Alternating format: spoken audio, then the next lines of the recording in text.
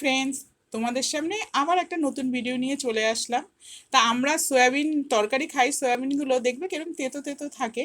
তা এখন নতুন স্টাইলের পুরোনো দিনের আবার সেই সয়াবিনগুলো বেরিয়েছে, সেইটা দিয়ে তোমাদেরকে আমি আজকে সয়াবিনের কারি বানিয়ে দেখাবো। তা দেখতে থাকো। তা এই যে আমার জলটা গরম হয়ে গেছে, আমি এই যে সয়াবিনগুলো সব দিয়ে দিলাম, দিয়ে 3 মিনিটের মতো সিদ্ধ করে নিলাম।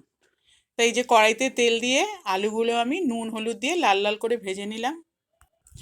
এবারে একটা তেজপাতা, অল্প সাদা জিরে আর আদা পেঁয়াজ রসুন বাটাটা দিয়ে দিলাম, দিয়ে ভালো করে নাড়িয়ে নেব।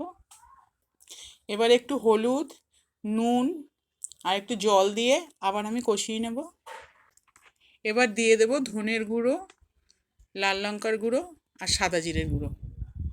তা 1 মিনিটের মতো নাড়াচাড়া করে এবার আমি টমেটো পিউরিটা দিয়ে দিলাম, দিয়ে এটাকেও ভালো করে একটু নাড়িয়ে তারপরে আমি আলুটা দিয়ে দিলাম। আলুটা দিয়ে তারপরে সয়াবিনগুলো দিয়ে একসাথে কষিয়ে নিলাম। আরও 3 মিনিটের মতো কষিয়ে তারপরে আমি এই যে জল দিয়ে দিলাম, ভালো করে নাড়িয়ে তারপরে আমি কটা কাঁচা লঙ্কা দিয়ে আমি ঢেকে দেবো। তা 4 মিনিট পর এই যে খুললাম, খুলে আমি একটু কসুরি মেথি দিয়ে দিলাম, দিয়ে একটু নেড়ে চেড়ে আমার কিন্তু তরকারিটা রেডি। এবার তোমাদের আমি নামিয়ে দেখাচ্ছি।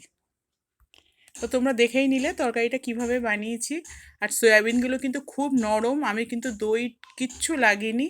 তা তোমরা বাড়িতে অবশ্যই এইভাবে বানিও। তা আজকের জন্য টাটা।